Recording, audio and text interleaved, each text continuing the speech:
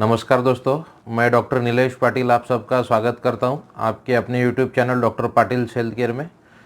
दोस्तों, आज का जो विषय वो है हस्तमैथुन। क्योंकि हस्तमैथुन के बारे में बहुत से लोगों में भ्रांतियाँ रहती है, संभ्रम रहता है कि यह अच्छा है या बुरा है, या इसे करना चाहिए या नहीं करना चाहिए। तो आज हम इसी बारे में विस्तार से देखेंगे कि हस्तमैथुन के फ़ायदे क्या है, नुकसान क्या है और इसकी भ्रांतियाँ क्या है। क्योंकि हस्तमैथुन स्त्री और पुरुष दोनों ही करते हैं। तो चलिए दोनों के बारे में ही हम आज विस्तार से चर्चा करते हैं।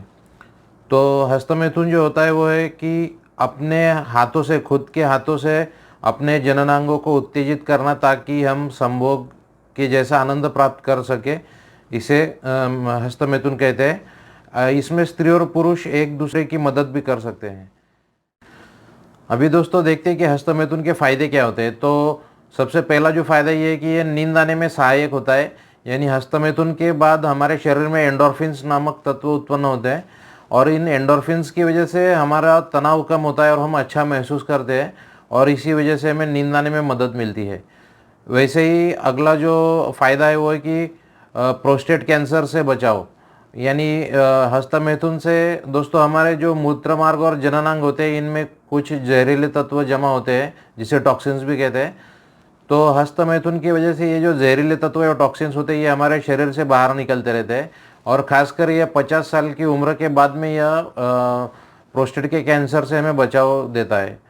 वैसे ही हस्तमैथुन जो होता है ये मानसिक तनाव कम करने में मददगार होता है। खास करके जो मैथुन के अभाव में जो मानसिक तनाव होता है, उसे कम करने में मदद करता है। क्योंकि बहुत से लोगों के पास संभोग करने के लिए साथी नहीं होता है, और इस वजह से ये कई लोग तनाव में रहते हैं। तो हस्तमैथुन के बाद सेरोटोनिन और डोपामाइन जैसे तत्व उत्पन्न होते हैं, और इन तत्वों की वजह से हमारा तनाव कम होता है और हमारा मिजाज अच्छा रहता है, और इस वजह से हमारा मानसिक तनाव कम होता है। वैसे हस्तमैथुन जो होता है यह मूत्र मार्ग के संक्रमण से भी हमें बचाता है।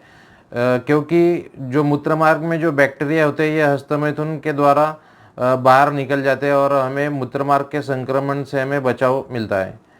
वैसे ही यह हस्तमैथुन जो होता है, यह जो जननांग और मूत्र मार्ग से संबंधित जो मांसपेशियां होती है, इन्हें मजबूती प्रदान करता है। दोस्तों, हस्तमैथुन का जो अगला फ़ायदा है वो है कि यह मैथुन और संभोग का एक पर्याय हो सकता है। यदि आपका साथी उपलब्ध ना हो, या स्त्रियों में माहवारी या मासिक धर्म यदि शुरू हो, तो ऐसे समय में यदि हमारी संभोग की इच्छा होती है, तो ऐसे समय में हम हस्तमैथुन कर सकते हैं। इससे यह फ़ायदा होगा कि आपका तनाव कम होगा, और आप किसी अन्य व्यक्ति से संभोग करने से बच सकते हैं, और इस वजह से आप अपने साथी के प्रति वफादार बने रह सकते हैं। और वैसे ही इस वजह से क्योंकि आप किसी अन्य व्यक्ति से या वेश्याओं के पास यदि आप संभोग करने के लिए नहीं जाते हैं, तो आप कई यौन संचारित बीमारियां जिसे सेक्सुअली ट्रांसमिटेड डिसीज़ भी कहते हैं, इनसे भी आप बच सकते हैं। जिसमें सबसे जो भयानक बीमारी है वो है HIV। तो आप इससे इस तरह से आप बच सकते हैं। अभी दोस्तों देखते हैं कि हस्तमैथुन के बारे में भ्रांतियाँ क्या है। तो जो पहली भ्रांति है वो है कि इससे जननांगों को नुकसान पहुंचता है। तो यह बहुत ही गलत बात है, क्योंकि हमारे जो जननांग होते हैं ये काफ़ी लचीले और मजबूत होते हैं, जिस वजह से हस्तमैथुन से इन्हें किसी भी तरह का नुकसान नहीं पहुंचता है। वैसे ही अगली जो भ्रांति है वो है कि इससे मानसिक स्वास्थ्य पर प्रभाव पड़ता है। तो ऐसी बात बिल्कुल नहीं है।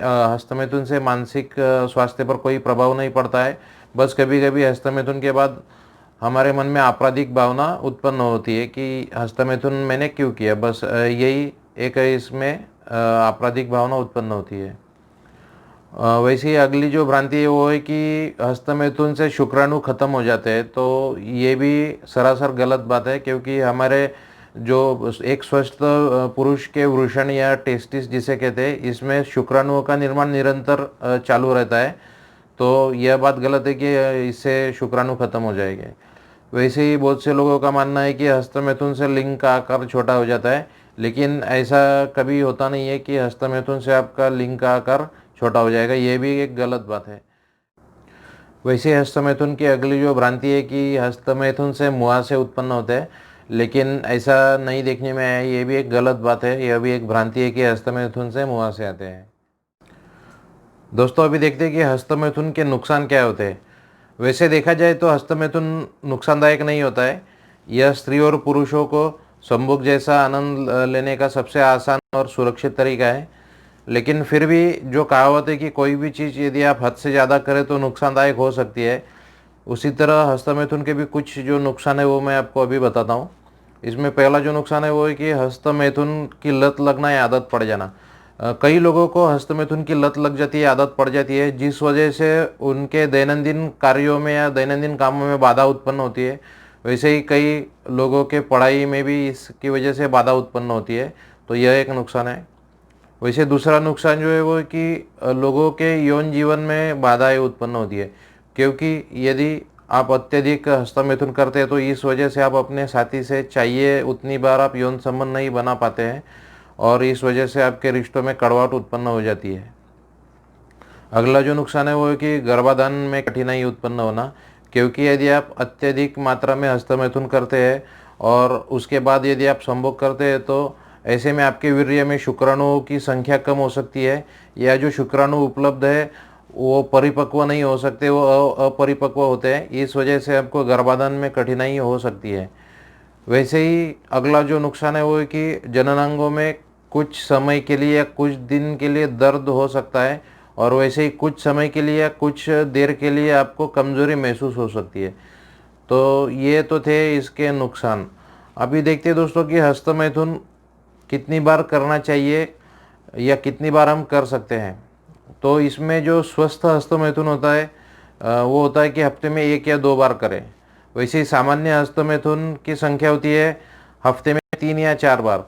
और वैसे ही हस्तमैथुन नुकसानदायक जब होता है जब आप इसे 5 हफ्ते में 5 या 6 बार करें, और हस्तमैथुन हानिकारक तब होता है जब आप हस्तमैथुन को 7 या अधिक बार करें। तो ये हो गए कि हम हस्तमैथुन कितनी बार कर सकते हैं। तो इससे आपको मालूम चलेगा कि स्वस्थ और सामान्य हस्तमैथुन करने में ही भलाई है, इससे ज़्यादा हमें हस्तमैथुन नहीं करना चाहिए। तो दोस्तों आज हमने हस्तमैथुन के बारे में विस्तार से देखा कि हस्तमैथुन के फ़ायदे, नुकसान और इसकी भ्रांतियाँ क्या है। और दोस्तों मैंने बहुत बार ऐसा देखा है कि यूट्यूबर जो नॉन मेडिको जो यूट्यूबर्स होते हैं, यानी जो डॉक्टर नहीं होते हैं, ये बहुत बार गलत सलाह देते हैं और आप भी इस पर विश्वास रखते हैं।